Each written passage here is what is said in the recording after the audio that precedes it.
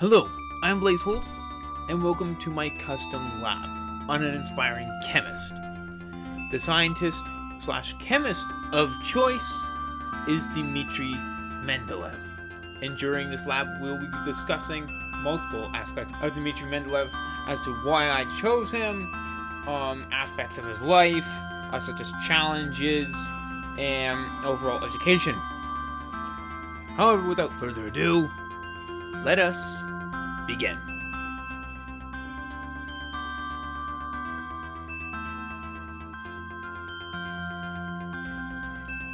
Alright, so why did I choose Dmitri Mendeleev? Well, I chose Dmitri Mendeleev because of the fact that I consider him very underrated for who he was in the chemistry world, considering the fact that he invented one of the most important tools in a chemist's handbook slash laboratory that everyone uses today, that being the periodic table. In school, high school in specific, we hardly heard of him. In fact, when you talk, there were some chemistry teachers that didn't know who invented the periodic table, which is kind of sad because that just shows how underrated he is despite the mass achievement slash invention that he made, as well as an overall scholar. I also chose him because of the numerous challenges he had personally that made this look like overall, despite the hardship, he made it through. In the time period too, it was a whole different time period to compare to the 21st century. It was 19th century, which is a whole different ball game than today.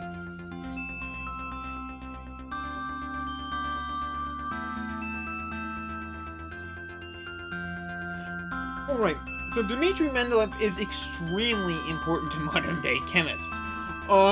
It's very obvious, not only was he an inspiring scholar because of the hardships that he's gone through, but also because of the fact that he invented the periodic table. He invented something that even in today's world is in every chemist's lab. Without it, you're kind of screwed in today's world. And so for him to have invented that, it kind of cements his legacy in the chemistry world. You can't think chemistry without the periodic table. You can't even really do chemistry without the periodic table. Sure, you can do experiments, but you can't do any necessary calculations. He made the groundwork for what later is now the modern day periodic table.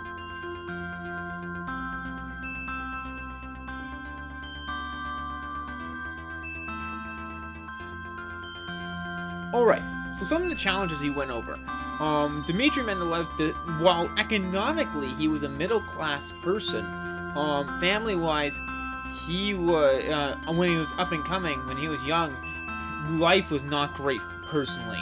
In his early teens, his father went blind, and almost a year plus later, his father died.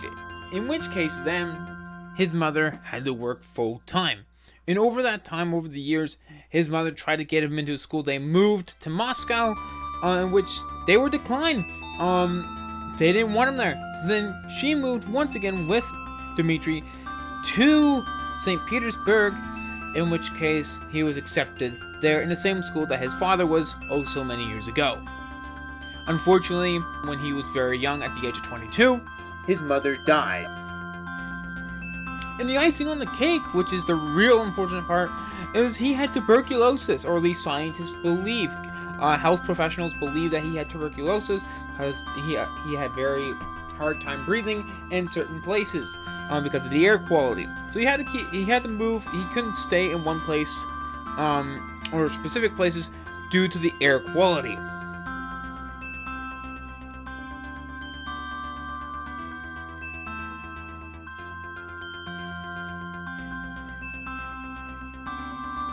Alrighty, so a little bit about Dmitri's academic interests slash education.